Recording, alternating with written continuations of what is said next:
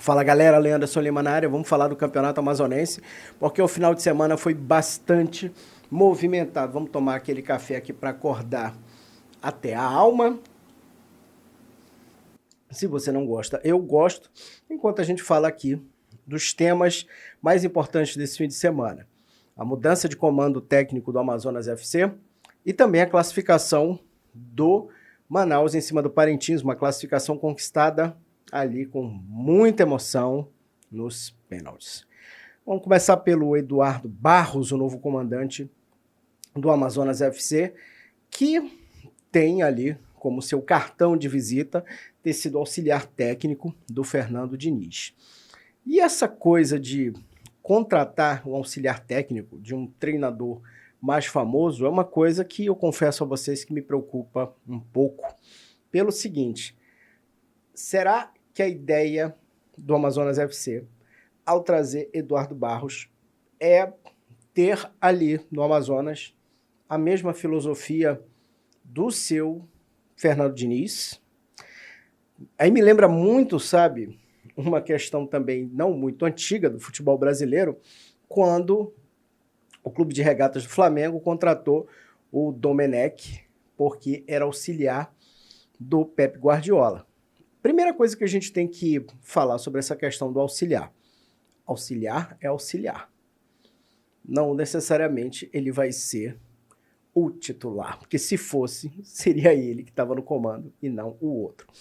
Então, por exemplo, no caso do Flamengo lá com o Domenech, o clube deu com os burros na água, pagou uma puta grana, achando que estava levando um Guardiola 2.0. No caso do Amazonas, será que o Amazonas está querendo levar um Diniz 2.0? Se for, sabe, com todo respeito ao Diniz, campeão da Libertadores, aquela coisa toda, mas teve uma passagem aí muito ruim pela seleção brasileira enquanto esteve técnico interino, e o Diniz também tem algumas características, por exemplo, ele precisa de tempo, bastante tempo aí para montar a sua equipe, para fazer com que os caras entendam a sua filosofia de jogo. É claro que o ideal para todo treinador é ter tempo para fazer com que os jogadores entendam o que ele quer, mas tempo é um luxo que o Amazonas, pessoal, não tem mais. Esse tempo seria ali do primeiro turno do Campeonato Amazonense e ele já foi usado com Aderbal Lana, né, que foi a primeira escolha do Amazonas. Essas duas escolhas, aliás, tanto do Lana quanto do Eduardo Barros, que ainda não é um técnico, que assim não tem a sua própria digital nos seus trabalhos, ela mostra o seguinte, que o clube, que o Amazonas, ele está nitidamente sem grana. Perdeu seu patrocinador master do ano passado, e aí, primeiro, optou por uma escolha de um técnico com vasto conhecimento regional para o campeonato amazonense, só que aí, nesse período, você já tinha Copa do Brasil e já tinha Copa Verde, o time vem de uma derrota de 2-0 para o São Raimundo de Roraima, e de uma eliminação na Copa do Brasil. Uma eliminação que custou muito caro ao clube, para ser mais exato, né, custou R$ 1,5 milhão, que seria a cota para a próxima fase, e um dinheiro que certamente vai fazer muita falta no caixa do clube. E eu digo isso, gente, com relação à escolha dos dois treinadores, que nitidamente o clube está sem grana, porque em outro momento, como fez no ano passado mesmo, o Amazonas foi lá e contratou, desenterrou, na verdade, o Adilson Batista. Então, se o clube tivesse com bala na agulha, certamente não ia trazer um auxiliar, um cara novo, para ver se ele deslancha como uma aposta, porque o Eduardo Barros é isso, é uma aposta.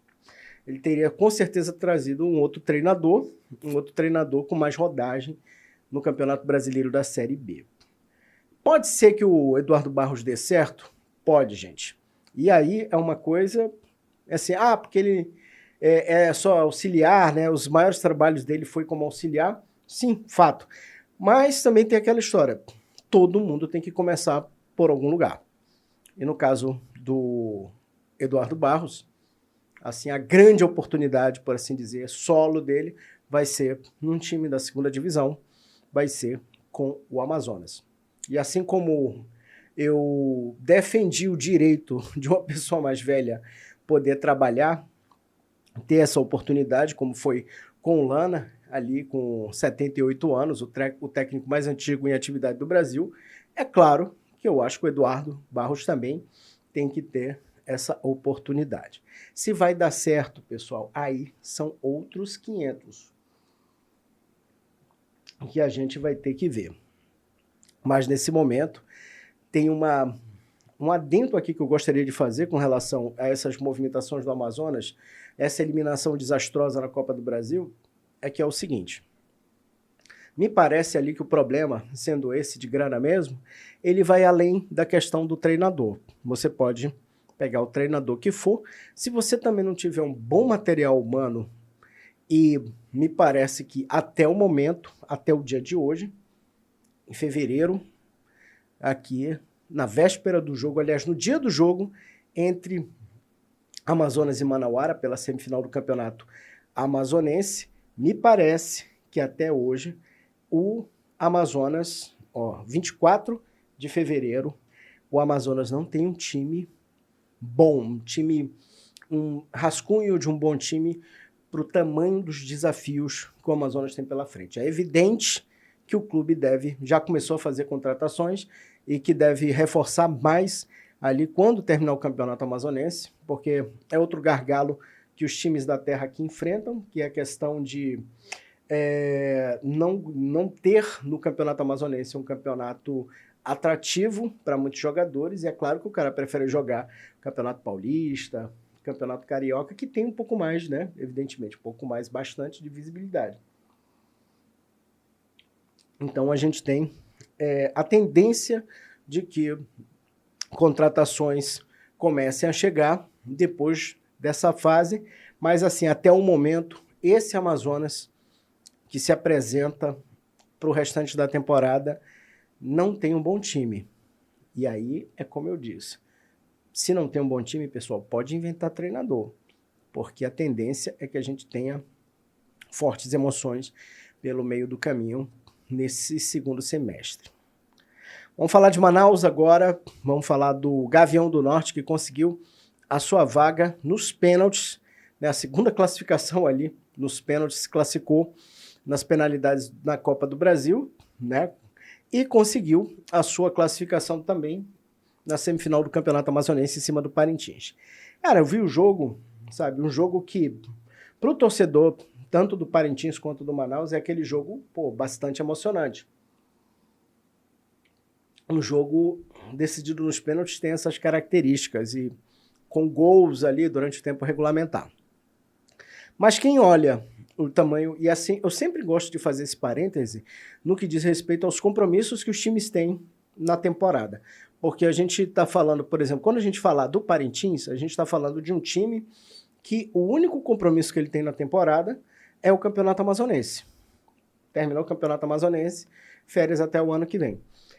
Já o Manaus, não, ele tem um compromisso enorme no Campeonato Brasileiro da Série D, um compromisso com a sua torcida de voltar para a Série C. E quando a gente olha o jogo que o Manaus apresentou, apesar de, como eu disse aqui, ter tido muita emoção para a sua torcida e para a torcida do Parintins, mas a gente olha assim e diz, cara, um time que vai disputar a Série D não pode dar os moles que o Manaus deu no jogo contra o Parintins. Por quê, pessoal? Num jogo de mata-mata na Série D, você jogar da forma como o Manaus jogou nesse domingo, mano, é caixão em vela preta. O time teria todas as condições de ser eliminado. Por quê? Porque ele passa aquela sensação em campo de que ele acha que vai vencer o jogo a qualquer momento, ou que 1-0 está resolvido. Ou seja, ele não foi aquele time mais incisivo de fazer o placar, de fez um gol, de fazer logo o segundo, de fazer logo o terceiro e assim garantir sua classificação sem sofrimento. Foi para os pênaltis. Não acho que pênalti seja loteria. Pênalti é treino. Pênalti é questão mental, é a força mental do jogador. Porém, pessoal, desastres acontecem. Pode sim acontecer uma bolinha na trave, pode acontecer qualquer coisa desse tipo. Então, eu acho que o Manaus ele deu muito mole e poderia ter sido eliminado pelo Parintins, não seria surpresa nenhuma. E quando você vai jogar uma Série D, um torneio de jogos eliminatórios depois da primeira fase, você não pode se dar esse luxo. Então, fica o recado aí para o Manaus, valeu pela classificação para a final, mas tem que ficar mais atento a esse tipo de jogo. Com relação ao Parintins, pessoal, o que falar do Parintins? Eu acho que o Parintins teve um começo muito ruim no Campeonato Amazonense desse ano, a gente sabe disso, mas está de parabéns por ter conseguido se recuperar e por ter conseguido chegar até a semifinal.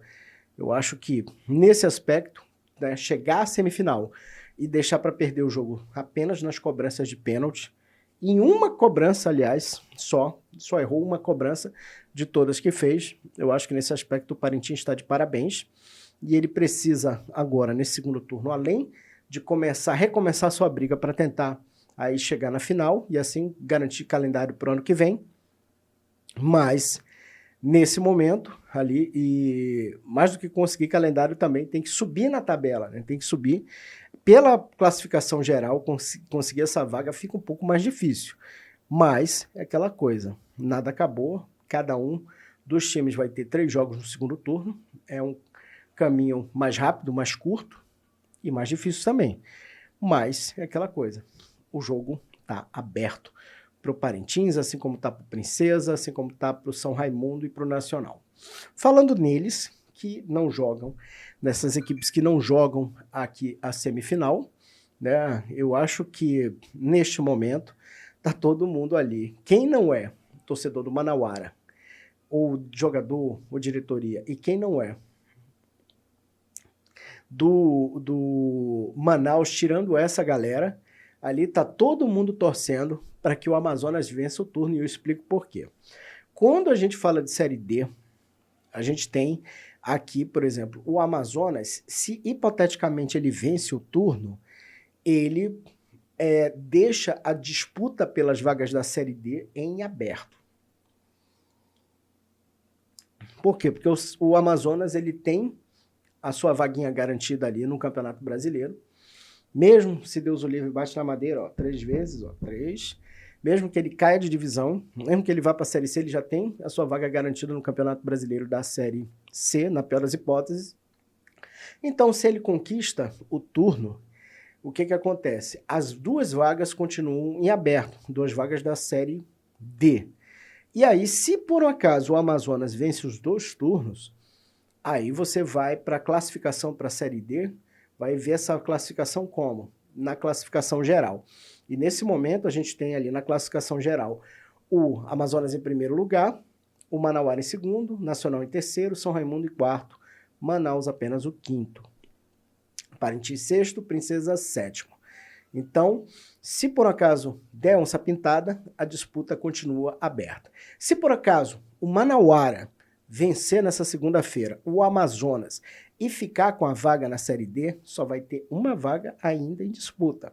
A mesma coisa acontece se o vencedor do turno, o vencedor for o Gavião do Norte. Se o Gavião do Norte levar essa vaga, também aí só vai ter uma vaga aberta para a Série D. Então, por isso que eu digo para vocês, quem não é do Manauara, que ainda tem chance de chegar na final, e quem não é do Manaus, que já está na final do turno, tá todo o resto ali, com certeza, torcendo para a onça pintada ficar com esse título do primeiro turno e assim deixar a disputa pela Série D aberta. Pessoal, é isso. Esse jogo entre o Amazonas e o Manauara vai ser nessa segunda-feira, 24 de fevereiro, e é lógico que depois dessa partida, né, eu vou gravar um vídeo aqui para vocês, dando as minhas impressões sobre o classificado para essa primeira grande final do Campeonato Amazonense.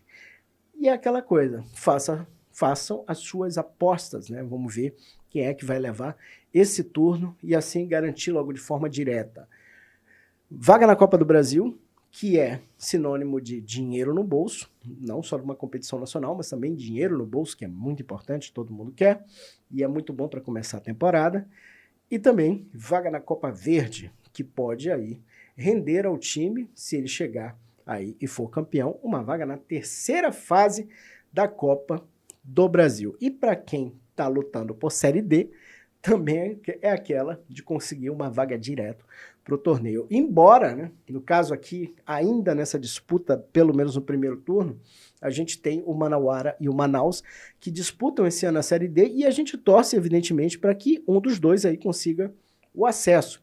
E se conseguir o acesso, também libera a vaga para quem está embaixo. Vamos que o futebol não para e também esse canal não para e depois do jogo entre Amazonas e Manauara a gente volta.